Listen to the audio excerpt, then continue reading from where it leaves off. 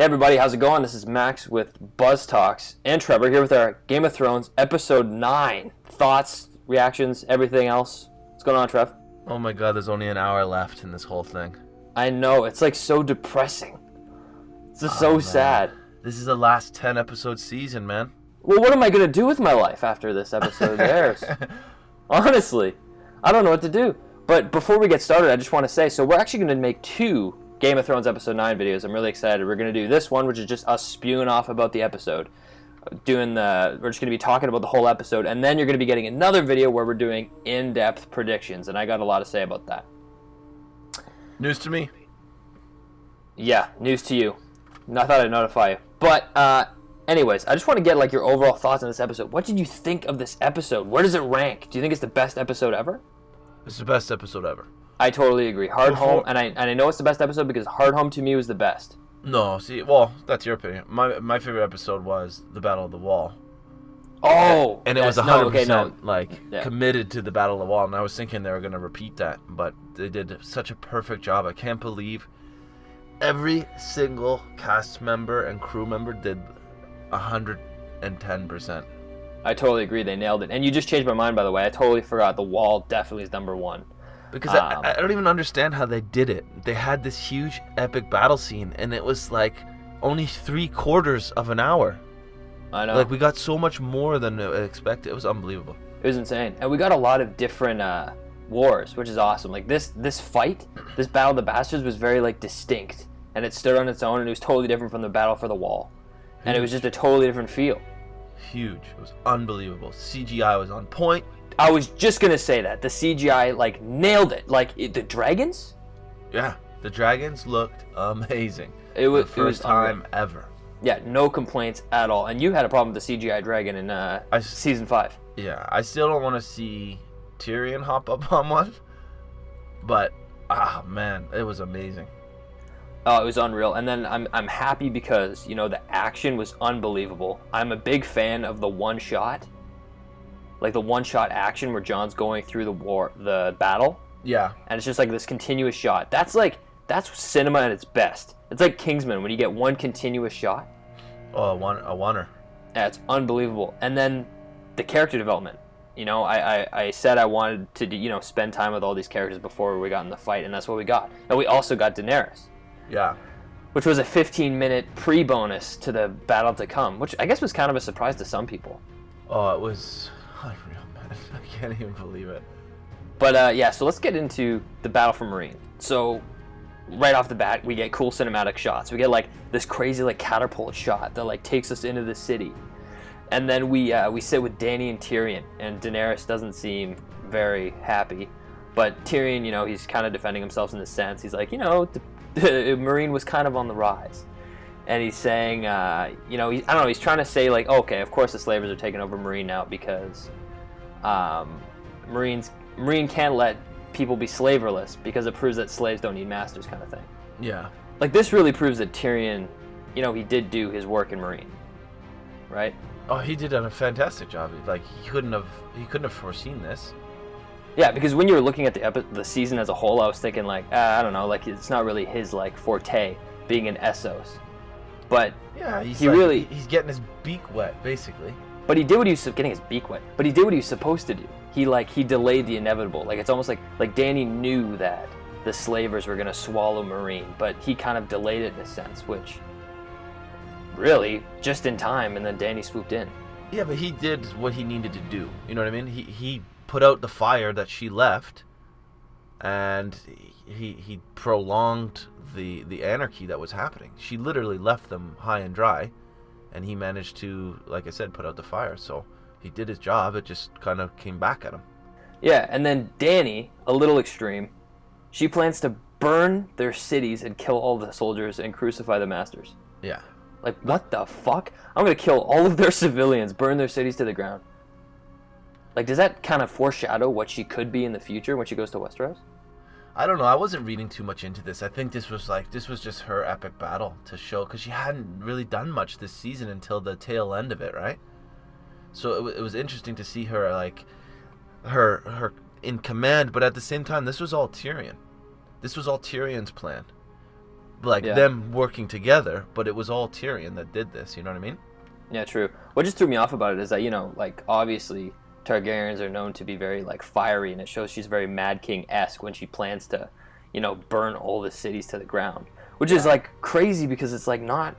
Like, why would she punish so many people who didn't do this act?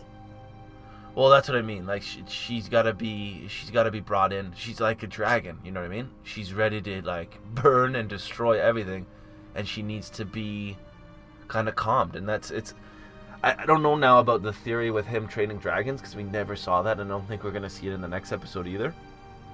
I really thought that was gonna be an arc where he'd get to learn the dragons, but I think it's more of a, like, him working with dragons is like more of a symbol that he can work with Dany and, like, play on her strengths and fill in her weaknesses when needed. Because this was a perfect example.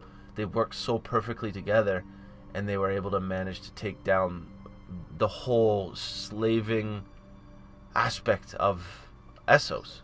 Well, that's the thing with Daenerys, is she always needs people to kind of, like, reel her back. Yeah, and she's capable, Tyrion, but also needs leadership. Yeah, and Tyrion... Even though she's supposed to be the leader. Yeah, and Tyrion definitely did that job. He brought up the Mad King and what he planned to do. Yeah. He had caches of wildfire throughout King's Landing and the Sept of Baelor, the Red Keep, in major places. So, obviously, this teases something that's probably going to end up happening next. Well, that was a huge hint they dropped on there. Huge. Because they even hinted to it in the last one with the secret from Tyburn. So it's almost too on the nose at this point. My money's just on the Sept of Baelor. I think we're going to keep... there's going to be some collateral damage, though, man. Whether it's lives or whether it's buildings. I think there will be. But we'll get into that. Hopefully Daenerys can be always reeled in by Tyrion because, she listens to him. He has a different idea, a different approach, and she actually does listen to him, which makes me nervous because I feel like what happens when Daenerys doesn't have somebody there? I can just picture a scenario where... Well, we've seen her be capable of shit. She burned down the, the whole Dothraki council there. So she is capable of stuff, but she's only capable of destroying, you know what I mean? So by herself, she might not have that nuanced leadership that involves diplomacy. It's burn, die, destroy. With her. That's what I think is so interesting, because I think we're going to have a scenario where, like, Jon's the kind of guy where, even with Rickon, like, he sacrificed himself in a sense to try and save Rickon, and he did the same at Hardhome, and he never gives up on people, and I feel like we're going to see a scenario where to maybe exterminate the White Walkers, you got to do like a Hiroshima. You got to just... though. Like, that's the end of Jon, though. That he's got the Stark curse. I'm saying you maybe she might feel like she has to nuke the place, kind of thing. She's got to, like, wildfire and dragons, kill a bunch of civilians, but in a sense you will save Westeros because you'll kill all the White Walkers. But I don't think Jon will stand for that, and I think that's where there's going to be some conflict. Yeah, it's definitely possible. I feel like so far ahead for me is that war, like where they're all Avengers assembled together. No, that's the last 6 episodes. I know, but it's just like, how do they get to it? It seems still so far out. I'm guaranteeing the last 6 episodes is just the White Walker season. Yeah. But then, anyways, we get to outside of Meereen, and we have them negotiating terms of surrender. So the slavers think they're there for their Daenerys' terms of surrender. So they want the dragon slaughtered, they want many other things, and they want the Unsullied to be returned and sold back. Yeah. To the slaves. So Daenerys obviously is like, yeah, we came to negotiate your surrender, and then Drogon comes in like a badass, and she takes off on Drogon. Yeah. We're gonna stay with them. So Daenerys is like flying around, but then Grey Worm tells the soldiers that they can surrender and see their families, or continue to fight for masters who won't fight for them. So obviously the soldiers leave. But then what I was wondering about is Melisandre says that Dany ordered to kill one of them, one of the 3, for betraying them. And I remember you saying, and I felt the same way, that Daenerys told them to kill 2 of them. But it was almost like a strategy for them to kill one so they can see. It's almost like a mind game. This feels like Tyrion to me, you know what I mean? Say they're going to kill one, see who they really are, and they nominated one guy, and that was the guy that they saved. Yeah, because they said he was lowborn. Yeah, it's a way of... it's very Joker-esque, where he, like, breaks the pool cue and says we have an opening. You know what I mean? Yeah, exactly. So it plays on their psychology. And he ends up being the better one because they say that he's from low birth, so he's the one that they can now shape because he kind of owes it to them that they saved his life or spared his life, and he has maybe less or higher scruples than those guys did. So I think that pretty much leaves Meereen in a safe place going forward. Oh yeah, which is good because Daenerys now has to leave with pretty much the majority of the important characters. Yeah, exactly. You know it's gonna be Grey Worm and Melisandre just staying there. Yeah, 100%. And we're not gonna see Essos next season. Like they're leaving, and I think that's some it. Shit. Like I feel like why did they introduce that Red Witch? And she seems like she's supposed to be another important character, but they haven't revisited her since that time, and all the previews of her were just of that, and then you didn't even see her again, like not even doing her job. You just saw other people doing the job. I know you did see other people doing the job. Well, I don't know. I think episode 10 may be an introduction to her because Dany hasn't had time. Daenerys just got there and then saved the city, right? We'll sort of get into that on predictions, but it's almost like my thoughts for them is that there's a call to arms. There's now everything's wrapped up in Meereen, so she has really nothing to do other than lead, but she doesn't want to lead. She wants to conquer. She said that, right? So she's gonna leave there to conquer other places now with her army, and I think it's gonna be the same thing with Jon. He's now in a position where he's not really leading anyone.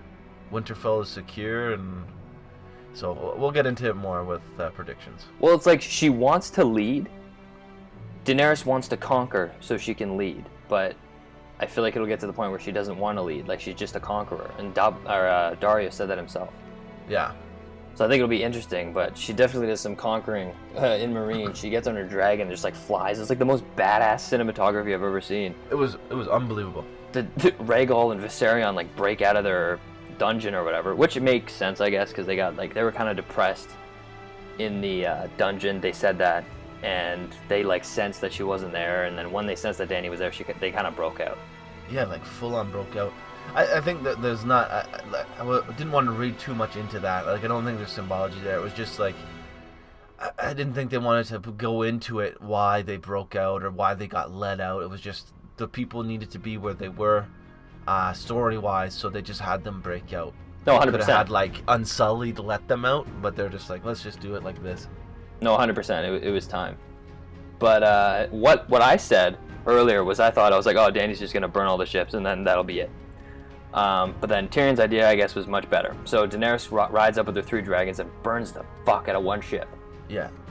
And she then burned one of the fucking flame ball that was shooting. So it's like it burned like the lead ballistic ship, and then everyone you can see. I saw kind of in the shot from someone else who reviewed it, and it looks like everyone's just bailing. They're all just running for the hills or jumping into the water. Well, this is crazy though. Because of Tyrion's idea, she now has all these ships. But think about where she would be without Tyrion. She would literally just kill them all. Yeah, I know. Like she would literally be nowhere. She's not a very good war strategist. She's very good at act. I know. But she would have had nothing. So Tyrion's a genius. Like he's an absolute military and political genius. Yeah. So now she's got all these ships and she's sitting pretty. But then we see the Harpies killing a bunch of the civilians, and we see the Dothraki arrive. Yeah. Which, hey, I guess that makes sense. I didn't think the Dothraki would arrive, but they arrived. Hey, you were right. Well, I think I only said that like I don't think I even said it on a reaction. I think I said it like on the couch next to you. We were just talking, yeah. Yeah. But then Daario decapitates a Harpy. But you can say that there's nothing about this scene, but overall, I just want to say, I think this shows Daario as more of a commander of the Dothraki. I think that's mainly why they had this shot. Yeah. Because it's the end of the Harpy, so we're not going to see any more Harpy bullshit. It was to symbolize that they're cutting off the head of the snake. I know, but at the same time, it shows that he can lead the Dothraki, which means, he's going to take Grey Worm's place. Grey Worm is going to stay behind with half the Unsullied, and Daario will kind of take the commander stance and maybe go over to Westeros. Yeah, oh yeah, definitely. So that's what There's it really is. There's a love thing going on there, though, with them. Oh, of course. So, and the same with Melisandre and Grey Worm. Like, those two are sticking together in Meereen. Yeah, and the thing with Daario was he said, I remember in the last season, he said, if I'm not allowed to, have you, Daenerys, and I'm not allowed to, fight, then, I'll be really unhappy. So it's like, he has Daenerys, and he won't stay at Essos. It doesn't make sense. If he stays at Essos, he won't have Daenerys, and he'll be stuck in Meereen with no missions to do. What's the point of having all that Dothraki army? Yeah, and he's an adventurist anyway, so I think he's really going to want to go to Westeros. Yeah. And I think that's where he's going to go. I don't know. Like, I don't think Jorah is showing his face again in this season either. So he needs to be like, sort of, and we don't know where Viserys is, or Varys, sorry. So you need that sort of her left conscience. You know what I mean? You got Tyrion on the right, and Daario on her left. I'll hold my tongue on Jorah, but I think we'll see him somewhere. You think so? He's been gone for 5 episodes, and I have a really good idea on where he is. Cool. Like, very good. But anyways, let's go over to Tyrion, Daenerys, Yara, and Theon, your favorite character. Honestly, I don't even care. I'll let you have this whole segment if you want. I could care less. I pulled nothing from it. Okay, so well, boring. No, here's the thing, God Kate. You can connect to Tyrion on this level. So Tyrion is bugging Theon. He's saying, like, oh, you kept calling me short. It's not very creative to call somebody short. He's really kind of digging into Theon, right? And, Theon's defending himself, saying that he didn't kill the Stark kids and whatever. He's explaining himself. Yeah. And Daenerys says, they'll take their 100 ships back, and they're talking terms. And she thinks that she's going to have to put Theon on the Iron Islands as the ruler, but they find out it's Yara. And then, Theon says he's not fit to rule, and Tyrion agrees. So there's a lot of people who think that, like, was Tyrion just? Like, did it make sense for Tyrion to just lay into Theon? Like, why was he laying into Theon? Theon's a dick. Like, right. Everybody in the Seven Kingdoms know Theon's a dick. And that's why I can't stand him. Like, he only is there because of his name. I don't see a redeeming thing that he's going to do unless, like, the only thing he was there for was Sansa now. Now that he's not there, really, it could just be Yara. Like, I'm going to defend my brother's death and honor him by becoming the queen. I don't know. I still think you need a primary character to help out Yara. And you need somebody else there. There's a fucking full deck of primary characters. Well, now there is, but there wasn't before. You needed Theon to go to the Iron Islands to introduce back the Iron Islands. But now he can just be fucking dragon food. I could care less about him. Yeah, but this may be looking way too much into it, but I think Tyrion gave Theon a hard time, pretty much because he's a really good social strategist. Like, the whole idea is that he keeps nagging on Theon because he's trying to get a sense of who he is and who he's become. He wants to keep jabbing him to see, because they're going to be allies. He needs to learn who he is before he commits to that. So he's kind of making jabs at him to see if he's going to resist, or how he is, or how he's adjusted. Plus, the roles are reversed. Like, he was looking down on Tyrion when they met last, and now the roles are totally reversed. He's on literally the throne next to a queen, addressing him, and Theon shows up like every single scene since he became Reek with his tail between his legs. He's gotten a little better. No, he has not. Other than him wearing armor, he's not any better. He's got a little haircut. He's so annoying. He just looks like a hillbilly. You know what I mean? Like, he's done for me. Okay. Nothing redeeming. And then, naturally, this, allies with Daenerys and Yara makes sense. They share, like, so much in common. So, obviously, they're both women who aspire to rule in a man-based world. Yeah. Both of their fathers were killed by usurpers. And both of their fathers were actually really bad kings. Yep. So, Yara tells Daenerys about Euron. And what makes sense is Daenerys doesn't want to marry again. She's been there, done that. It's too much commitment for her. And I think that's one of the most appealing things to her.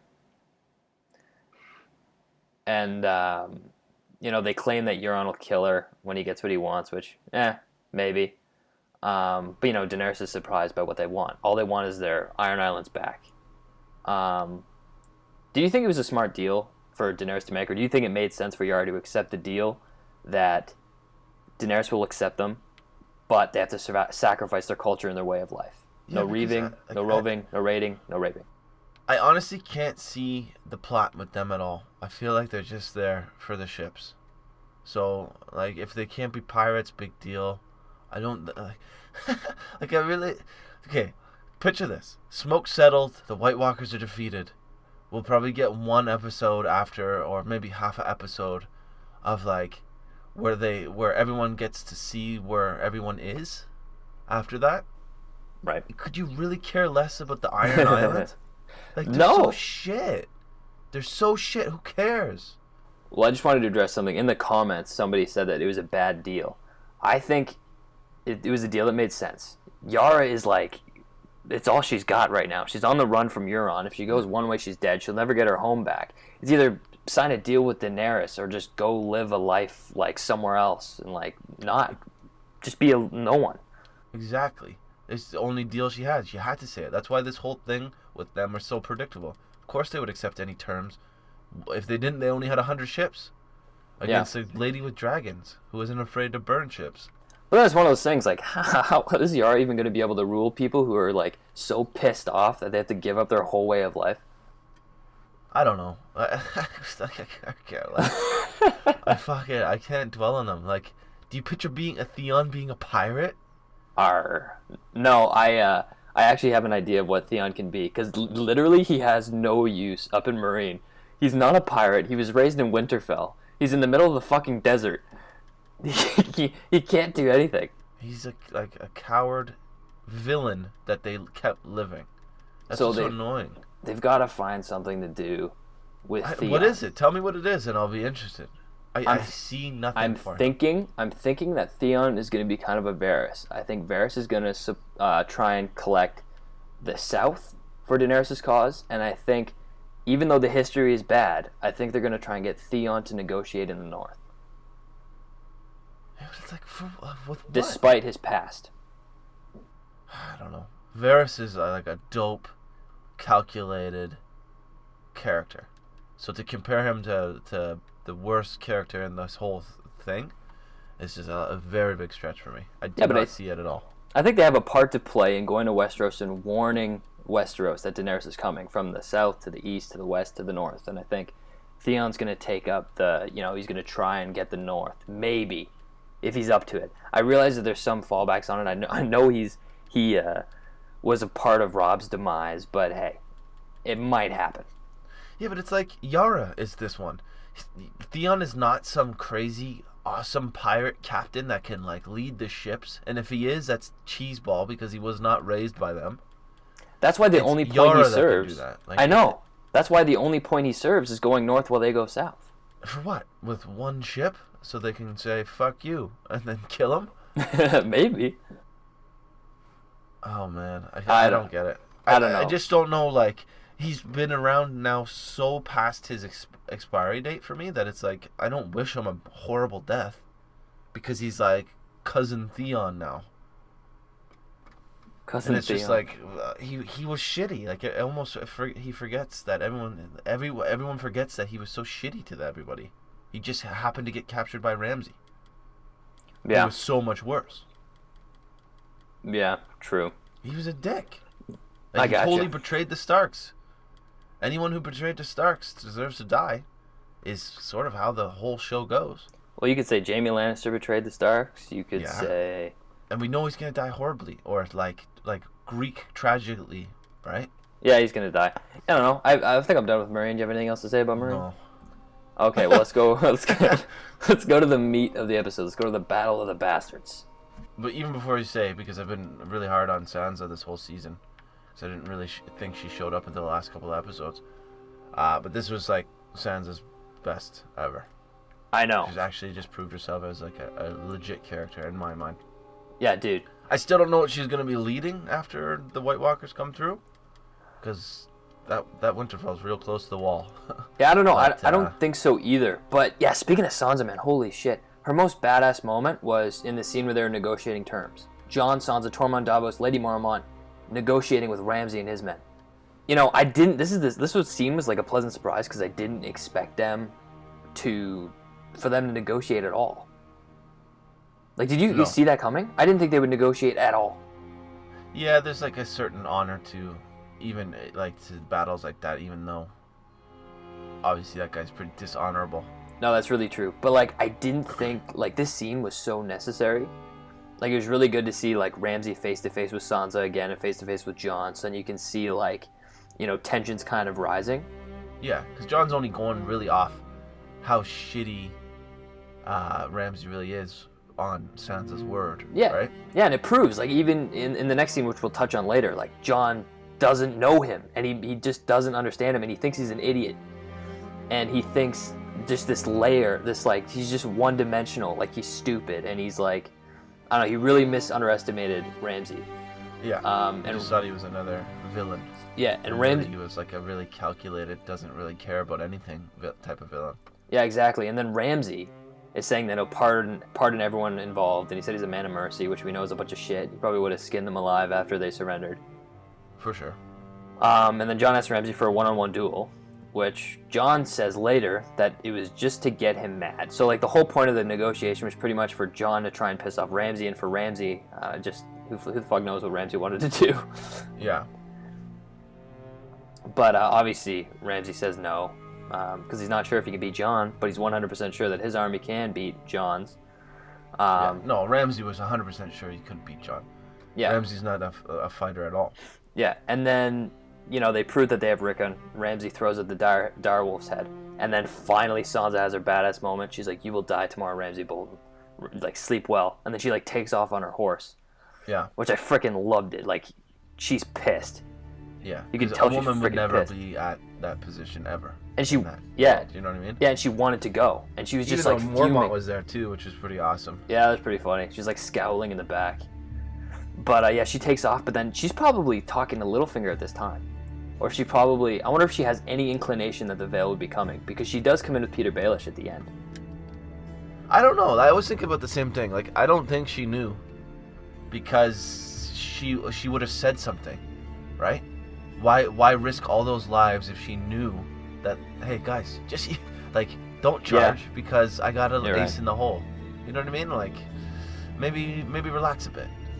Like, she was really playing with fire if she did know, because they got full-on Spartans surrounded and almost killed. Yeah, you're kind of right. Yeah, who knows? But then Ramsay, says he's excited to have Sansa back in his bed. A little bit of taunting, and then he brought up the dogs. The dogs haven't been fed in 7 days. Yeah. Definitely foreshadowing something. But then I thought when he was said that as soon as Rickon gets brought out, that's what it was going to be. It was just the dogs are just going to run him down. You know what? Which would have been equally as good too, but then it wouldn't have. No, it had a. I don't think Jon running for it. I don't think it would have been equally as good. I think what they did was perfect. But before we get to that, let's talk about the planning battle strategy, where they were sitting down trying to plan out how they were going to fight this battle. So Davos says they know that Ramsay isn't going to hide in Winterfell because they need the North fearing him, and for them to fear him, he has to actually fight and not cower behind his walls. Yeah. And it wouldn't make sense when you're a huge army versus a small army. Mm-hmm. And then Jon is still confident that, if the battle turns, that people may drop arms and stop fighting, right? Yeah. Which I think that point will kind of come to fruition next episode. Yeah, you're going to see a lot of people abandoning their banners. Yeah, Jon can't punish the Glovers. Jon can't punish the people who didn't join him because they had a legitimate reason not to. Yeah, I'm sure he'll punish some though. Maybe the Umbers, but there's still going to be things that need to be sorted out. But I don't think Jon, I feel like as soon as Jon, next episode, everyone knows that the Starks are back at Winterfell. I think even the people that were supporting the Boltons would be like, okay, great, awesome. I'm happy. They'll totally convert. Of course. But there's still gonna be some bad blood, of course. Yeah. Did we see what's his name get killed? Karstark? Young Karstark? Yeah. Wait. Did we see him? No, we didn't. No, we didn't. No. Right? Umber got killed. I think he was at Winterfell. Karstark, I think, is done. Karstark is he wants the Starks dead. So that's maybe what I mean. you'll see him punished. He's dead, but I picture his house. I don't picture them slaughtering his whole house. No. He will have to die because he betrayed, kind of like his dad. Or his uncle. Was it his uncle's dad? I think it was his dad. You know what I mean? So there's gonna be some reeling in of bannermen, definitely, because they need it. And it serves what's going to be coming next, because they need all the fucking help they can get. I just don't know what the talk between Sansa and Jon is going to be about, Baelish showing up. I don't know. It'll be weird, but I think that's Sansa's kind of finishing arc next episode. Yeah, that's 100% her. And then Jon, he's unwillingly kind of taken this leadership role. And I feel like even though, Jon he made a mistake in the battle, I feel like everyone is supporting Jon, and I feel like nobody's gonna back Sansa right now. I feel like her story is really with dealing with Littlefinger. Yeah. Maybe he's got to be the one that Braveheart speeches it now to hand the mic over to Sansa. Right? He might, yeah, because Jon knows his place. He doesn't want to be a Stark. Probably after this, honestly, he probably doesn't want to do anything. I think he's done. I think he wants to live out his days at Winterfell. Maybe do a couple things, maybe get warm, but I think it's going to be his discovery of his identity or discovery of his purpose that's going to kind of pull him out from that. I still don't go. I don't know. Like, obviously, it'll come up in predictions. I really think there's going to be a call to arms for him. Sam gets word of, like, these things are coming for blood, and they're not going to stop. Something like something has to happen to get these guys motivated to say, okay, those monsters that we almost got killed by at Hardhome, they are not just dilly-daddling up there. They're going to come down here. That's why I really think the wall's coming down. Yeah, like Sam discovering there's a reason something. why he's leaving. He needs to go, and he needs to have Winterfell as strong as it could possibly be. Right. Yeah, true. But back on track. So we're at the. I could talk about this forever. So we're at the. We're still in the. They're still planning the battle, and I thought it was really funny. I really wanted to touch on, Jon explaining to Tormund what the hell a flank is and how to build trenches, and he had no idea. I just wanted to touch on that. I thought that was hilarious. But then, he's a savage, man. That's what's awesome. I know. He's like, we just run in and kill and rape. He's like, yeah. So, yeah, he's like, good. But I thought that was funny. But then, their plan, I find funny because Davos, they like say over and over again, we need them to charge us. We don't have the men to charge. And then Jon's like, okay, I understand that. I want to make him angry so he could lash out and come at us. That was the whole plan. And he totally fucked it up. And Sansa kind of warns him about that after everyone leaves them alone and they're talking. And Sansa just keeps saying he doesn't know Ramsay. And it's like, I can tell it's like so frustrating because it's like, she knows that he's doing something wrong, but she can't give him the advice to help him. No, of course. You know what I mean? Like, she doesn't know what to say, but she knows he's doing something wrong. But everyone hates Ramsay. I actually like Ramsay, not because he's a good dude. No, I like him too. He's an amazing, amazing villain. Because think about this. If you're Ramsay, he knows he's got to go to war because of the whole, like, he's got to look strong in front of all these bannermen now. But also, he could have avoided, like, a huge war just by cutting the head off the snake of this army and getting Jon out exactly how he did, playing on his emotions. He would have won that war if he would have killed Jon right then. I know. That's what I love. Jon made a mistake and got bows to the chest or arrows to the chest, or the cavalry didn't show up right then and there, that war would have been over. The wildlings would have scrambled, and there wouldn't have, like, it would have just been easy pickings, just like Stannis' battle. No, that's what I love about Ramsay. He's literally, like, the battle was 10 times better than I thought it would be because Ramsay is so good at psychological warfare. Yeah, he's amazing. And even Jon, like he knows how to play people's strings. And Sansa keeps trying to tell Jon that. And Jon is getting frustrated with her, and he's saying, like, you tell me, how the hell are we going to save Rickon? And she says that they'll never save Rickon, right? Yeah. And I think, that's not even an option for Jon. No. She says he's got the Ned Stark curse, man. I know, but it's like people are saying that, like, Jon was being stupid in this fight. It was a stupid decision, but it's like, that's him. That's his character. That's who he is. Like, Jon would never. He would rather die than let one of his own die. Because he has no self-worth, in a sense. I know, that's not stupid. It's the most caring, honorable thing you can do. It is stupid, though. It is self-preservation. It's stupid, but at the same time, like, like, he knew it was stupid. I would do the exact same thing.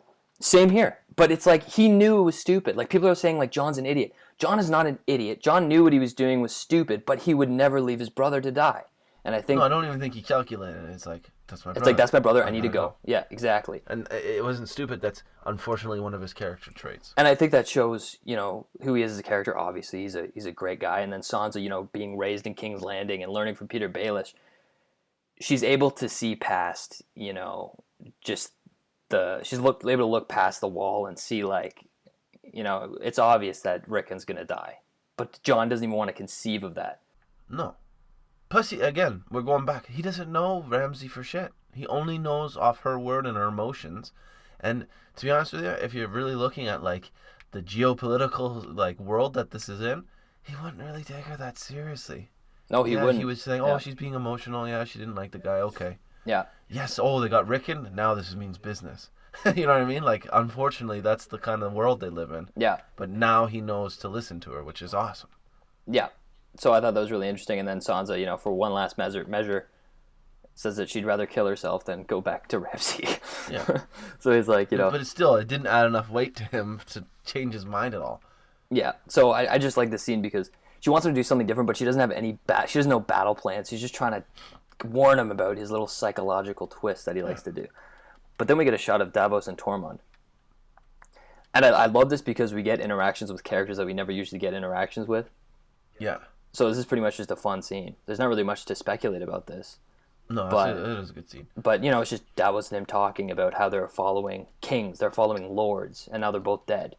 And maybe the whole idea is that, maybe what's different now is we're supporting someone who isn't a king, who isn't anybody. He's a Snow. He's literally the bottom of the barrel of what you could be, other than he's raised in a lord house.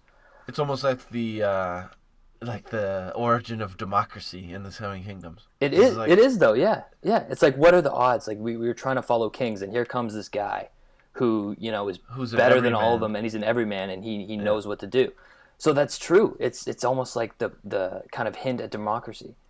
Because they're going to need it. They're going to need teamwork when they're up against the real enemy. And this is just the resolution in the north. Yeah, exactly. He's going to unite all the bannermen that are left, that are loyal. And, like, this is this wrapping up. And that's why, I'm pretty sure that why now they showed Dany do the same thing, because she needed to wrap up that area. Yeah. She needed, like, they weren't listening to the democracy or allegiance bullshit. And Tyrion did.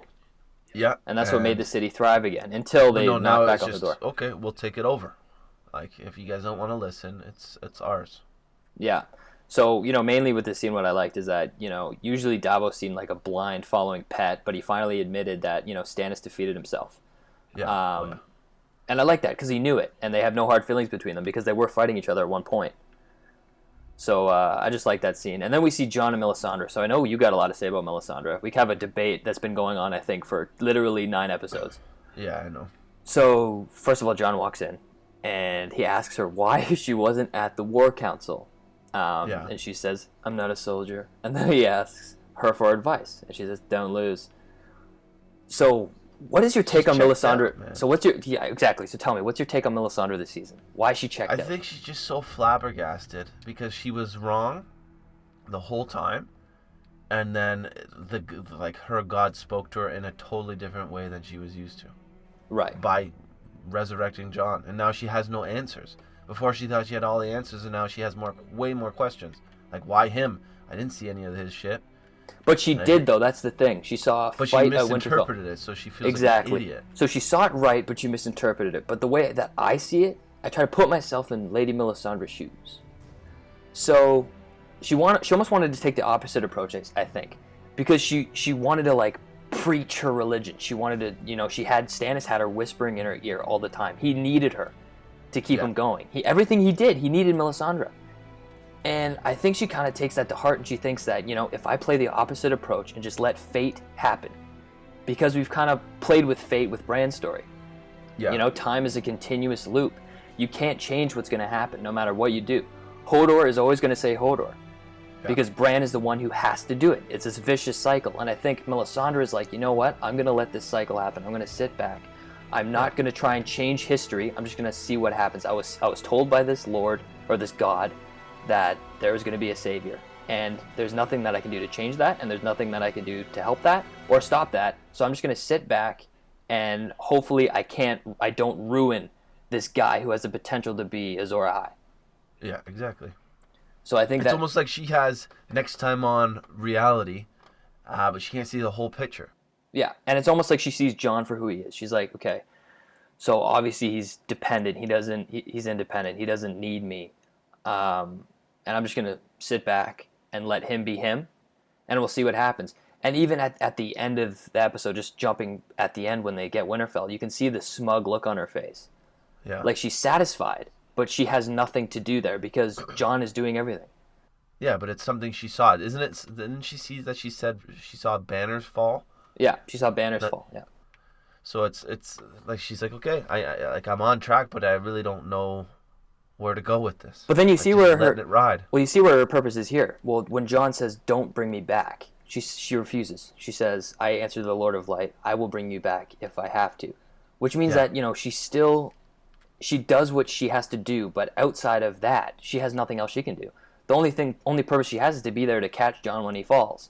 Yeah. But Jon's doing so great now. She's literally not needed at all. Do you feel like Jon's sort of unkillable now, though? I always thought Jon was going to survive to the end. No, I know, but like he's unkillable.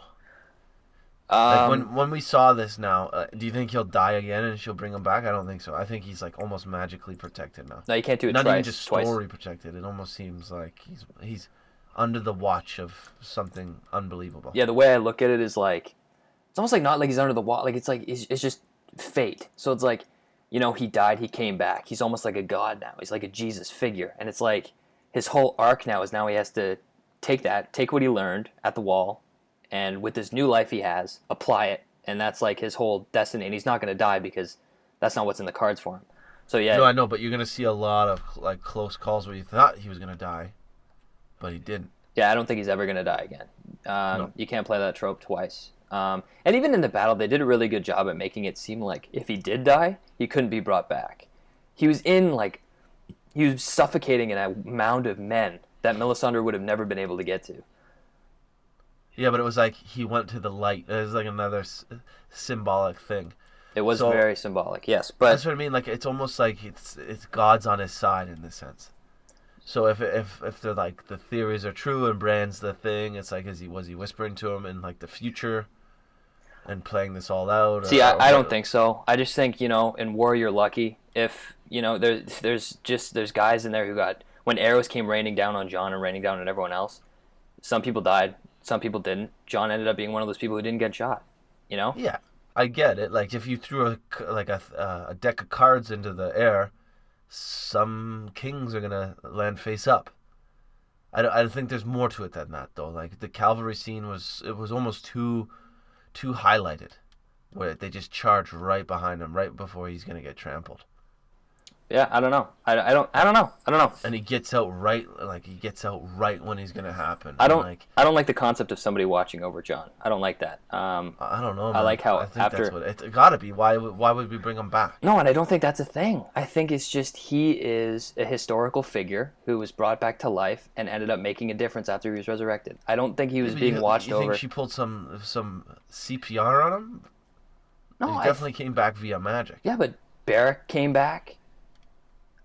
So many other people have come back. And they say it's a god, but they say that there's nothing after they die. So it's like, I don't know. I don't want to get in this religion talk, Trev. I just think he's magically protected now. I disagree. And I don't like that idea. There's a lot more scenes where you're like, he was really being watched over in that last scene. I don't like that idea. I hate that idea. But anyways. I know. I don't like it either, but I was just like, it was almost too much. No, come on, I disagree. We'll touch on that in the war when we'll touch on every single thing that happened. But then the one last thing, so Jon, Melisandre says that she doesn't know what his purpose is. He could be insignificant. He could die at the battle or live, which touches on what we were talking about. He didn't die. He didn't die like 4 times in a row. Yeah, so, But it just shows, I think just what that shows is Melisandre not wanting to tell him that he's, the savior and stuff. It just shows that she doesn't want to repeat her mistakes with Stannis. No, she's pulling the oracle from the Matrix. Yeah, she felt like telling him that he's not the one, or not really going on that he's the one. Exactly. She's literally trying to do the opposite. She told Stannis that he was going to be the savior. He's the coolest motherfucker alive, and then he ended up biting the dust. And I think her approach now is being like, you know what? You might be special. You might not be. You could die. You could be brought back just to die again. Lord of Light is cruel. Sorry, Jon. And it's just kind of like to keep him on his toes and not make the same mistake she did with Stannis. Yeah. But anyways, let's go to Davos. So we see him at Shireen's pyre. We knew this was going to happen. Seemed kind of obvious. He found the charred elk. like we said. Wasn't that hard. Yeah. Main part of the scene that I really liked is the music. I really noticed this music. It was literally the Lord of Light music, and then strings seemed to like break out of tune.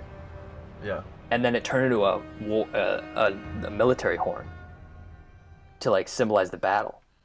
Yeah, like the ghost of what happened there. Yeah, look, guys, I got nothing, but I just had to talk about that music. I thought it was so well done.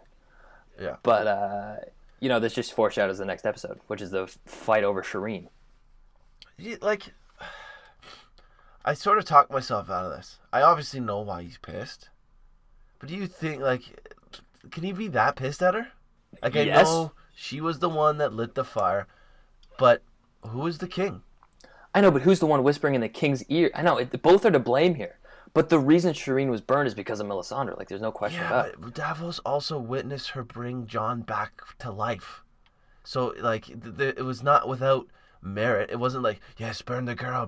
Okay, on to the next guy. She literally thought that he was going to do this. I know, but put yourself in Davos' shoes. Jon being resurrected doesn't replace the father-daughter, like his like daughter kind of figure he had with Shireen. I get it, but I just think he's mad because she's the only one there to be mad at. Dude, he loved her, man. He was with her all the time. She taught him how to read. It's off. It's totally off. He had such a great relationship with her, and then, obviously he's going to be pissed off. She killed an innocent girl. Yeah. And Stannis did, and he answered for it. He's dead.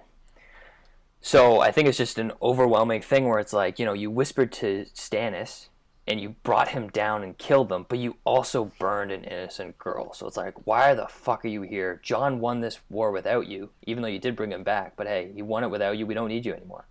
Yeah. But I just feel like, who is he the lead? Like, why is he yelling at Jon? You know what I mean? That's what I was saying earlier, though. Jon kind of took that leadership role. He was the guy who led the armies, and he's the guy who took back Winterfell. So naturally, everyone's supporting him. That's what I feel like there might be a little conflict there, because you're going to have all these people supporting Jon, even though he's the Snow. But then you have Sansa Stark, the heir, who is a woman. It's not like I don't think it's his call to say, okay, let's behead Melisandre, or okay, cool your jets, Davos. I think it is it's almost like a talk amongst friends. It almost. I know is. I didn't ask for all these guys to be here. Thanks for bringing me back. Yeah. I don't know the story. Like, that's sad that she burned a chick. But she also has something, obviously, to do here. She brought me back from life, brought me back from death. So it's not his argument to settle, really. Look, I feel like Jon really has the authority in this situation just because nobody else has anywhere to turn to right now. There's hasn't been an announced Lord of Winterfell, but I do agree with you, though. I don't think Jon's gonna, take action. It's something that he wasn't a part of, and I think he's really just gonna try and calm it down. Yeah, that's the only thing he has. Yeah, he's not going to kill Lady Melisandre. She's going to be back next season. She's going to see Arya next season when Arya comes to Winterfell, probably in episode 3. Maybe he sends her away, though. It could be. What does she have to do, right? Maybe he's like, okay, you're kind of worthless. You're burning little girls. I don't know what's going on. I don't want you trying to bring me back, and he just wants to get her out of there. I think she goes back to Marine. I don't know. Like. Yeah, I don't know. I think Melisandre, we'll see her get a little bit, a little bit more vulnerable. What kind of character is she? Is she a bad character? I don't know. I think we'll see her get a little bit more vulnerable, like we did in episode 1, where she thought like she was a failure. I think we're going to see her get a little more, vulnerable. She's actually going to feel kind of bad. I don't know. I think they're just going to work through it. I just think she needs to prove her worth as like the team's wizard. What is she gonna be around for? Is she just a healer and bring her back of life, or does she have other shit? Like, she has a pretty crazy arsenal, and that's another thing Davos witnessed. Like, she gave birth to a shadow. Like, she's like a serious witch, and it's awful that Shireen had to die for it. But I don't know. It's weird. It's good. A weird situation. Yeah, I know, because she has all these abilities, but she's not being used because they don't do that kind of thing. Jon doesn't do that kind of thing. Nobody does that kind of thing. I don't even believe in that shit. Well, so he's just like, what is this? Nobody there believes in the Lord of Light. Yeah, you're right. That comes from Essos. So I don't know. I like, she almost has to get out of that situation, or she has to go with them to get out of that situation. Yeah, exactly. But what I think ultimately is, we see in season 3, I've been saying it for a while. She says, she will pretty much see Arya again. And And I think it's going to be when she gets to Winterfell, and I think they're going to be at Winterfell. I think the whole idea of this is Jon and them are going to stay at Winterfell for episode 10, and then, I don't know, I feel like something has to happen for them to get back into it. But I feel like there's no story arc that could really... How about this? Bran makes it to Winterfell, tells him of the coming Night's King. Jon's like, oh, fuck, the wall. Goes running and then sees the wall crumble. Well, that's exactly what I was... It's very similar to what I would have said. But that would have to be next season, I would think. I don't think the wall's going to fall this season anymore. I've convinced myself out of it. But we'll talk more into it. I'm still holding out, man. I flip-flopped like crazy. But let's get to It'd just be so epic, though. No, I know. It would be nuts. But it's like, I can't think of... It's probably going to be a pretty chill episode, too. It's everybody kind of getting resolved. Bran shows up wherever he's going to. Yeah, exactly. I just wonder what the next episode, is it going to be as crazy as this one? So we get to the battle, and it was just like close. Absolutely insane. So with this battle, we see a lot of the psychological warfare that Ramsay can do. And yeah, like, what was the point of burning those bodies, just for like effect? Because I thought it was going to be someone specific. But but that's what I like about it, though. It shows who Ramsay is. It's like he's thinking, he's like Dracula. If I hang these people here and put them on fire and flay them, it messes with their psyche. It's all about like kind of messing people up, throwing them off their game, and it kind of... I know, but it almost seemed like tradition, because really they're fighting wildlings. Those guys are used to like some crazy shit. I know, but I think at the same time it's like it's a surprise. You want to put the people who you're fighting in a certain mindset. Oh yeah, you know, well, it's pure Genghis Khan shit, but it's like, it was almost tradition. I thought it was going to be someone like specific. Yeah, so did I. I thought it would be Rickon, but I'm so glad it wasn't. He pulls out Rickon on a rope, and even more psychological warfare. He holds up the knife and looks at Jon, makes him think that he's going to kill Rickon. He cuts the rope, gives Jon hope. See, it's just like psychological. He's so good at it. Oh, He gives Jon hope. He cuts the rope, and then he's like has his hand on Rickon. It like gives Jon this kind of like hope, and then, you know, he asks Rickon if he wants to play a game, and he asks Rickon to run. So this really, like, I freaking love this. Did you think this was cool? I thought this was awesome. Amazing. I thought it made total sense why Jon would run in there. You can't blame him, because Ramsay's idea was perfect. The idea of shooting arrows at him while he's running gives an essence of like hope. You know what I mean? Yeah. Like, it makes Jon have to run in because there is potential that he could save Rickon. Yeah. Because he's shooting a bow and arrow, right? Like, he definitely could have saved Rickon, but unfortunately, you see Ramsay like purposely missing them. Yeah. And then they did. Well, he's toying with it, like not looking, smiling, saying like "oops" and stuff like that. So it's very, very well done scene. No, it was great, and I loved it on the third shot, the rule of three, where they shoot it, and you think it's gonna hit him, but it misses, and then you get that like piece of hope, and then as soon as Jon gets to him, he gets hit. That was like, it was like the perfect battle strategy of Ramsay. Like, you lured in Jon, and now Jon has nowhere to go but forward. Yeah. They shot all the arrows at Jon, so Jon runs in, Rickon gets stabbed, and then Jon has to move forward to avoid all the arrows, because the arrows are coming in. He actually couldn't go backwards or else he'd be hit. Yeah, exactly. So it was half him pissed off that Rickon died, but I think like he literally had to move forward to get out of the way of the arrows. Yeah, there was no other move. Yeah, so you forced the commander of the army to all of a sudden come out in the open, and he ended up forcing his whole army in. So That's what I mean. If he died in that instance, that would have crippled the whole army. They wouldn't have known what to do. Davos was the one that had to say, "Hey guys, we gotta go." Yeah, I know. You know what I mean? And if Davos didn't do that, then pending my magic protection, he would have been dead. If he didn't do it in that second. Yeah, so they raced down. Well, Davos didn't. Sorry, Tormund raced down. Yeah, so then I'm really glad that they had this moment where Jon falls off the horse and he's like kind of like limping, getting back up, and then you have like the whole Bolton cavalry like charging him. Yeah. And then he just takes a stand. He's like, "Fuck it, I'm like, I could be Azor Ahai, baby." Like, stands up against like, all of them. I think he was just like, fuck. Yeah, I'm dead. No, I agree. And then you know, his men come, intersect. It's like this like chaotic battle, which is like, you know, Davos. Who made the call for the army to run in? Tormund on that point. Davos was leading the archers. Because later on you see there's like Ramsay doesn't even care. Ramsay's shooting at his own cavalry at that point. No, I know. And then he's like, sitting still's not going to do shit. And then that's when he goes. No, I thought that was great too. It was like such a simple scene. Davos they're both calling, and then Davos won't shoot because they'll just end up killing their own men. Ramsay doesn't care because he has the men that he can lose men, so he just keeps like shooting. But then right after that, we get like this cinematic one shot that I freaking like love. Which I guess awesome, you could say, well, with your argument, you say that somebody is like watching over him. I disagree. You see him kill a couple men. You see arrows like rain down on him, and he kind of like they just miss him. And then I love how like they made this so much like the casualties of war. Like what I felt like it was actually war. Like he finally saved somebody, and he's trying to talk to him, and then he got shot in the head with an arrow. Yeah, that's classic Saving Private Ryan. It was so awesome. Yeah, they nailed it, man, on every level. It was awesome. Like there's the fog of war that would be kicked up by all the horses. Just everything. Yeah, and the buildup of all the bodies. Holy shit. There's like horses that are riding around by themselves because it's just chaos.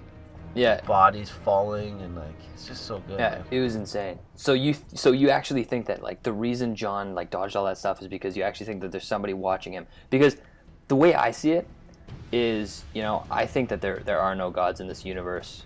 All the different words of God are actually the guy under the weirwood tree, which in this case would be Bran. But Bran can't physically control anything in the universe. He can only implement ideas to people and whisper to people. So we don't know yet. Like that's what I mean. This could be. Well, this is Bran. It's so difficult to go down the God route because it's. I don't think it's Bran now. Well, it's something. If he's like the god, then he's Bran when he's like 100,000 years old. Well, he's the new three-eyed Going raven. back and making sure that this time loop, Jon makes it out of this battle. No, but it won't. I don't think it works like that though. Like to be honest, I think there are no gods, and this is obviously never going to be proven in the universe. No, I don't think so. And I don't want it to be one of those up for debate things always. And I don't want it to be, but I think there's no gods. Their interpretation of God is the magic from under the weirwood tree. But like people, how do you account for resurrections then? But here's the thing. I think that like, yeah, see that's the one flaw. But it's like one of those things where it's like, I see it as you can't, like the God. It's like Jon survived that himself, but what it can affect is like, whispers. Like it's like Bran can't go back in time and like keep all those arrows from touching Jon. From what we see now though. Do you get what I mean? Like yeah. The Night King touched Bran and had a physical effect on him. I don't know, I still don't like it. I know, I don't either, because we don't know, like we don't even know if it's Bran. This could be, I don't know, man. I don't know. It just seemed almost too magical. There's too many times that he almost died and didn't die. But like there's so many other people who have experiences like that. Like the only reason you feel that way is because he's been a main character since season 1. No, I know. I get it. He has to live, so of course he's going to narrowly escape death. But if you really feel like they were laying on thick, like he's unstoppable. No, but it's like it's one of those things though. Like you could have the camera literally on anybody. Anybody could have survived that. So it's like you could say that for any situation. Like, it's possible Jon could have died. It's possible that he couldn't have died. But just because he's the main character, it's not right to say, oh, there's somebody looking out for him. Like, it's just what happened. You know? Because he was flying too close to the sun on so many times. That's why I think that there was some sort of protection on him as all. It was almost too much that he was in the thick of it that many times and still made it out really unscathed. He wasn't even hurt. Yeah. Not an arrow. Not anything. Like he was so unscathed. Yeah. Like, and they're no stranger to maiming like main characters. He could have lost a leg. Like I know that's ridiculous, but it just seems okay. They're gonna make him into like the king shit. No man, he's got to keep that beautiful face, man. Because only 5 people saw him get resurrected. Yeah. Right. Yeah. And half of them are still at the wall. So. He needed to be like they needed to show that this guy was king shit. And I hope that magic man. I hope that rumor spreads that he's like a god, that he was actually brought back, because I feel like hasn't been spread enough, Ramsay doesn't know, nobody knows, which makes sense, but I hope it's a rumor that spreads. I think that it will have something to do with the battle. Yeah. Because, like, think of the state. Like, he had to survive. I know they got saved by Littlefinger, but it's just like, come on, man. It was a slaughter fest. Yeah. And he screwed up a couple times. Yeah, true. So we go back Right. to the battle. We see mounds of bodies starting to form. Jon keeps fighting. But then, Davos, obviously, he can't shoot arrows at anybody because he doesn't want to risk his own men, right? No, there's no shield support. They need to move in. Yeah, so he's like, he said it, you might as well be chicken shits. He literally can't do anything. They're standing there watching the fight. So Davos calls in everybody, which is exactly what Ramsay wants. All of the army in one spot, close to Winterfell. Yeah. Up against a wall of corpses. Yeah, so as soon as that happens, Ramsay orders Lord Umber to go in with his men. And Which is so funny. Like, I'm really into, like, old wars and stuff like that. And it never, ever occurred to me the amount of bodies that would pile up. Like, I remember talking to my grandfather, who was actually in World War One. Yeah. And he talked about bodies piling up. But, like, I never associated bodies piling up in wars like this. Like, medieval wars. I guess it's just, like, the Bravehearts and the Gladiators that I've always watched, that you just picture, like, a clean slate. Yeah, there's bodies on the ground, but not piled up. But when those cavalry charge, it's just, like... literally a wall of shit. No, it's crazy. And, like, there has been history where that's happened, where there's big mounds of bodies. Oh, my God. And it's hard for us to sit here and, like, understand that, because I'm just sitting here on my computer, occasionally play Call of Duty, but those bodies despawn. So... Yeah. No, but, like, I listen to hardcore history and stuff like that, and they talk about Genghis Khan, like, the battlefields go... from lush fields to swamps because there's so much blood that's soaking into it. Like, I get it, but it just never occurred to me. Yeah, no, you never think of like, it. if you had that top-down view, that there could be, like, actual walls that form.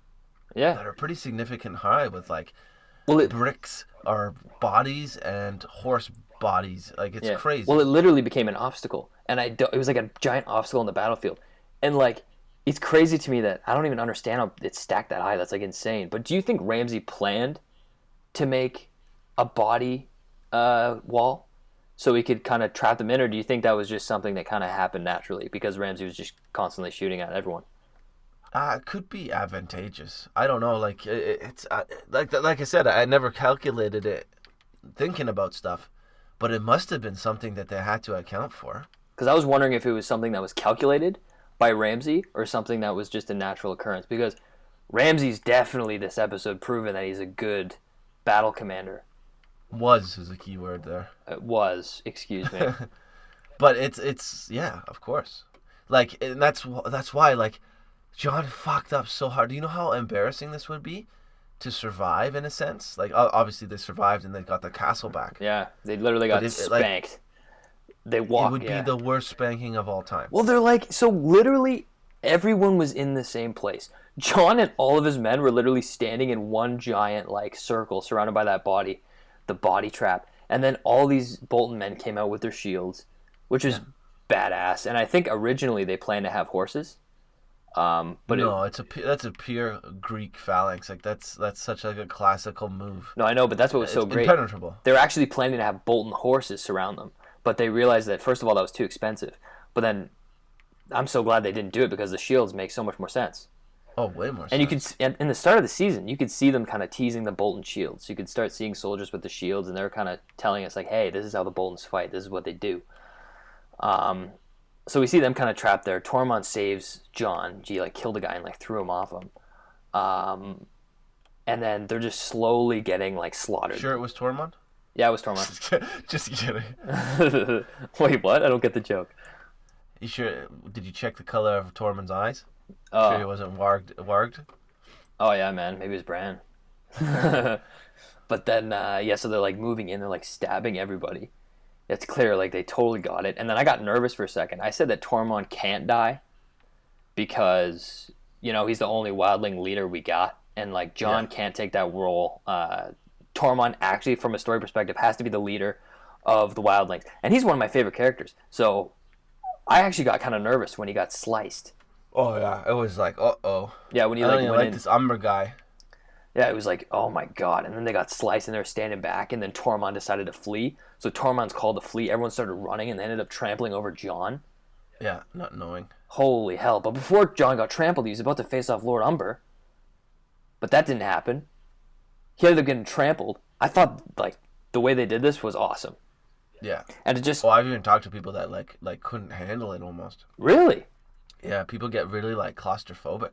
Doesn't handle me. It doesn't affect me at all. But I guess that shows No, that I thought it was awesome. See, it was really good, tense. So I guess if people have that in them, I guess it could get amped up pretty quick. But it was really well done. Yeah, man. Like, if you show and this it's like one of my worst fears is like being trampled in a yeah, man. Imagine in a crowd. But like it started to get like claustrophobic, and he started to like suffocate. It was crazy, and that's why I love this episode. Is it was so gruesome, but yet so real, and you saw people with like their heart. There's like holding their hearts and shit. Yeah. It was like insane. And then it was almost like he had a moment where I was watching a featurette, and the actor Kit Harington, who plays Jon Snow, he was saying like it was like a rebirth. Yeah, like he goes to the light, man. Yeah, and I thought it was so interesting because that's totally what it was. He was getting trampled on, and he chose to live, and he started climbing his way back up because it's like I don't want to go to that dark place that I was at before, and he chose to live, and he bursts his way up, and it's like it's literally I think it's the same shot as Daenerys when she was lifted by all of the slaves when they were screaming Misa in season 3 and they were lifting her above her head. It was like that shot that goes straight up, kind of like when you let a balloon go type of thing. Yeah, and she's surrounded by everybody. It was literally the exact same shot, except Jon was, coming up with all of his men. And you see like the sun in the background. It was like, holy shit. It was like a rebirth. But then in what sense do you think it was a rebirth? Like try and English essay this. Why was it a rebirth and how? What does it represent? I don't know. I'm not reading too much into it. I just think that, like going back to my magic protection, it's just like you can't die. So it was almost like we didn't hear whispers. I wasn't really paying attention for whispers or anything like that. But it's just like he was being drawn to the light because that was the only way he's going to survive this. Yeah. And he could have given up at any time, but he didn't because he maybe feels like he was brought back for a reason. Or his spirit is such like a fighting spirit that he's never going to give up if there's even a slight chance of living. Yeah, true. Because he knows what's on the other side. Yeah, I got nothing. Good job. That's why I faulted you because I didn't know what to say for that. I throw you something really hard and watch you crumble with it. Yeah, but I really don't. I don't know. I'm not saying my magic protection theory is the gospel. I just think there was a couple of things where I was just like, whoa, like he's unkillable. Yeah, that never crossed my mind. I know plot wise he's unkillable, at least for the time being, but he was just like, whoa, he's just like untouchable. I think he's unkillable. I think Daenerys is fucked though. Eventually. But anyway, not yet though. Yeah, but anyway, so we get back to Lord Umber, and he's actually fighting Tormund. Which is awesome fight. But it's funny because they're so claustrophobic. It's not even a fight. They're just headbutting each other. Yeah, it's like chest punching. Yeah, and then we hear. It was pretty funny though. Like that's like such a natural matchup though. Because I remember, I think you said when he was matching up against Jon, you said something like, "Oh man, it's gonna be Tormund." Yeah. Like you predicted it before it happened, and I don't know why, but it makes sense just because when you look at Lord Umber, he just looks like a wildling, and he looks like he should fight Tormund. Yeah, they look like two rival biker dudes. And they're like... That's what it looks like. They're like rival Vikings. And it's funny, too, because they're fighting, and the reason why Lord Umber joined Ramsay is because he wanted to defeat the wildlings, but he refused to kneel to him. He's literally a wildling, except he supports Ramsay. No, exactly. So I thought that was pretty funny. And then the veil horn sounds off, and that distracts Lord Umber. So then I watched this over like 10 times. I think Tormund bit off his ear. Was it his ear or his neck? His ear. And then I think he took a knife and he stabbed him like 4 times. Like a antler bone knife. Yeah, it was like some crazy wildling knife. But so the Veil arrived. It was a pretty quick victory. We see Sansa there with Littlefinger sitting there, all proud. And Littlefinger looks pretty smug. And probably my favorite part of this episode. So we see Jon, Tormund, and Wan escape. And Jon comes up, and he comes up alone. He's like looking at Ramsay. I don't know about you. He didn't even look human to me. Oh, because he's covered in dirt? Yeah, like he actually looked like an animal. Like he just didn't look like a human. He looked like the life was sucked out of him from this war. Like it was almost like it felt so real. Yeah, he went savage. Yeah, he was savage. He had like this blank stare, and he just didn't look like Jon to me. I was like, oh, he's in war mode. Like he ran away from a battle, like in chase of the the rival. Like it's crazy. And he just came back from suffocating from dead bodies. So then it was like this nice shot where like Jon 1-1 and like Jon and Tormund, like it's like a 3-shot, and it's like it reminded me of Hard Home. You know when they were running away, all three of them together. It was like the dream team. Yeah. And I was like, oh, it's the dream team. And then from Sansa's perspective, we see them chasing after Ramsay. But like epic, like okay, we're done with this. Let's go get this motherfucker. Yeah, but you know what I mean? Like it was like nobody else came with them. Nobody else. It wasn't personal for no one else. Yeah, so they like chased after him. I thought it was badass. I love seeing them like run towards Ramsay. Yeah. And I thought the battle. I didn't expect the battle to end at Winterfell. I'm glad it did. It was a good way to end the battle. Yeah. Well, that's what I mean. Ramsay still shows up, man. Like he's still dope, man. I know. He was awesome. He's like he literally is the Joker. He's laughing till the bitter end. Yeah. So he's like he says, you know, we'll just they can't siege. They don't have the men for a siege. We'll just wait him out. 1-1 thinks differently, so he breaks through the door again, sacrificing himself, and then fucking sad to see him go. To be honest with you, he ends up dying. Yeah, it was sad. But you know what? The silver lining is in this. So I actually read something where the choice was either to have Ghost or to have 1-1. And they had to have 1-1. Oh yeah, where was Ghost this whole time? Because budget. They had to choose 1-1 or Ghost, and they chose 1-1. So come on, budget restrictions. It's true, but now that 1-1's gone... How do they not gone, have unlimited budget for this thing? They don't, and now that we have 1-1 gone, we're going to be able to see more Ghost. I hope so. It is true, I think. I don't think Ghost is dying, though. Until like close to the end. No. Ghost isn't dying till later. I don't even think will he die? Yeah. We need to in our off time when we have no Game of Thrones going on. We need to sit down and discuss the direwolves. The fuse is almost out. We need to sit down and discuss these direwolves and really delve deep and try and solve the riddle of the direwolves and what they represent. Yeah. But until then, we're gonna talk more Game of Thrones, Trevor. No, I know, but like 1-1's like. Obviously, I would choose 1-1 to die over Ghost. Ghost seems like that he has some still magical principle in this whole thing, right? No, I know, exactly. Literally, he's now the only surviving wolf? Nope, Nymeria too, but Nymeria's gone. But yeah, gone. Like, NIA? MIA? Missing in action? MIA. Yeah. But, Nymeria in action. I was typing in my head. But Ramsay, tries to take Jon up on his one-on-one combat, which is still dope because he never admitted defeat. Yeah, he's like, okay, yeah, I'll take you on that one-on-one now, man. And then Jon just takes a shield. I thought it was pretty funny. It was a Mormont shield. So one of the 60 men were fierce enough to actually break into Winterfell. Yeah. So he takes the shield, blocks like 3 shots, and then beats the fuck out of Ramsay. Yeah. Which I thought was awesome. I'm so glad they showed that. I thought he was going to go Kratos style Zeus and just keep punching him until he died. But it's actually kind of cool that Sansa came in. Yeah. And he was like, he wasn't doing it out of respect. He was like, oh yeah, you need to get your shit in here too. Yeah, I know. He's beating the hell out of her, and then it was almost like he looked at her and said, you know what? I've only known this guy for a day. Yeah. I'll leave him for you. And then really quick, just I forgot to mention this. I remember back a while back I said I wanted Jon to have a Braveheart speech. Yeah. We didn't get it. No. It's coming though. I think it's coming now. But it made sense why we didn't get it. I think he was literally going to do it until Rick Hunter was running across the field. So it was interrupted, but I think it still has to happen. Maybe the White Walker fight, I don't know, but I want a Braveheart speech. Yeah, he's going to have to. I think it's going to be to kind of rally the Bannermen for Sansa. I think there's going to be some sort of Braveheart speech coming up. Oh, we'll see.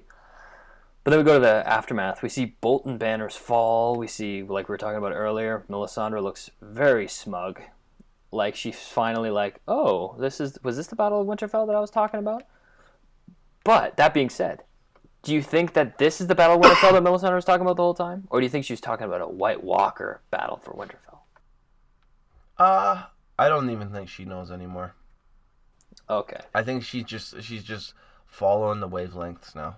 She knows she saw something, and some things were right, some things were wrong, So I think she's sort of like existentially not trusting her religion, but she's trusting sort of what she saw. I think she trusts her religion. I think she just wants to take a different approach because I feel like she fucked up so bad. She feels like she's just like, yeah. Like I don't think she thinks her religion's a failure. I think she thinks that she's a failure. Yeah, exactly. But she's like, she doesn't know how to do it properly, and that's why she's so down on herself. Yeah, so I think she's going to keep up with the strategy of letting Jon be Jon. Yeah, because it seems to be working. Yeah, so then we get back to Davos, foreshadowing. He's holding his elk, and he looks so yeah, he's just like pissed. grinding his teeth. He's just so pissed. So we'll see what happens next with that. I feel like really it's just going to be a little fight, and then it'll be like, okay, guys, you know. You never know, though. Like, I don't think they would even show that if it was, if it wasn't going to be something. Yeah, true. And then they bury Rickon next to Ned in the crypts of Winterfell, which, you know, anything to say about that? No, he's dead. Predictable. Yeah, he's dead. And then we see Sansa. She's asking Jon where Ramsay is. So then Sansa goes to see Ramsay, and he's in his dog cage. And I loved Sansa saying like your house, your name, your memory, all of it will disappear. And he's so confident the dogs won't kill him. Yeah. And it's like the little things I appreciate. I appreciated how the dog didn't start attacking him immediately.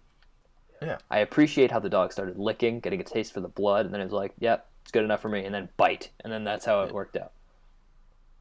Oh, it was awesome. And then she walks away and she has a small smile, which shows, you know, justice. That was the little finger in there. Yeah, definitely. Justice is done, which was great. So, you know, we've been saying it all along.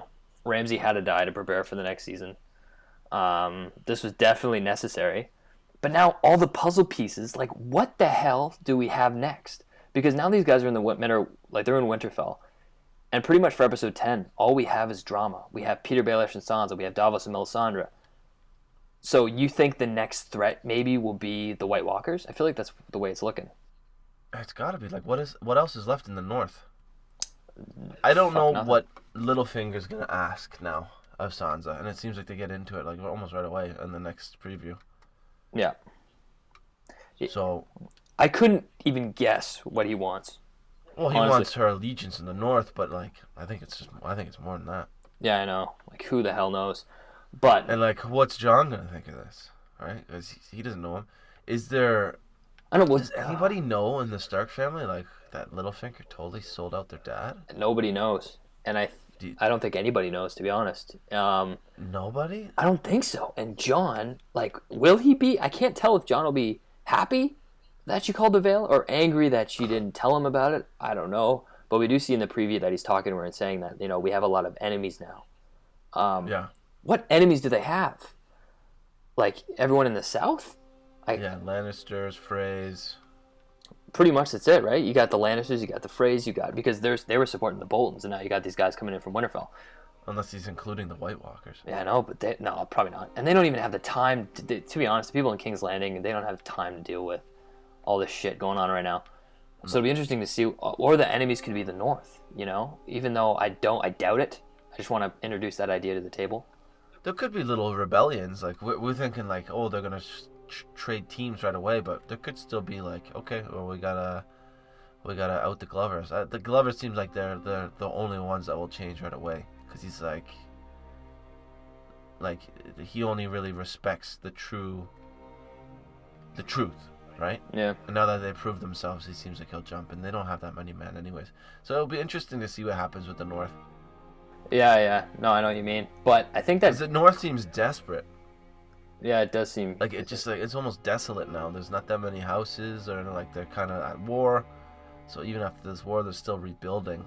And that's why I think Sansa has to stay there to get sort of everyone together. Yeah, but I think now's the time it's going to start to, you know, settle. Or it's a quick unite because they get word that the wall fall. Yeah, exactly. But do you have anything else to add on this episode? No, I'm anxious now to see what happens next. As always, it's never enough. Same here, dude. I'm super pumped. It'll be so awesome. I just don't know if episode 10 is going to be a fast episode or a slow episode. I don't know what to expect here. I think it'll be a lot slower. Like, what more? We're not going to see action. It's gonna be people moving to their final positions for this arc. I feel like in season 5 we had a lot of cliffhangers. I feel like in this season it's going to be a lot of payoff. So I feel like it is going to be the wrap up of a lot of different storylines. Yeah, I think it's going to be almost 90% wrap up, and then still I'm holding out for the wall coming down. It's going to be that wall coming down. Oh, I totally forgot about this whole Cersei side of it though. Oh, we'll get into that in our predictions video. Don't you worry. So there might be action still, man. And the wall. I forgot about that whole thing. Yeah, there's a lot going on. And the wall coming down, I don't know. I might fight over that. But you can see our predictions for episode 10 in the video to come. And you can see our episode 10 reaction coming out when the episode comes out. And I guess we'll see you guys later. Yeah, one more, guys. Oh, one more. Oh God.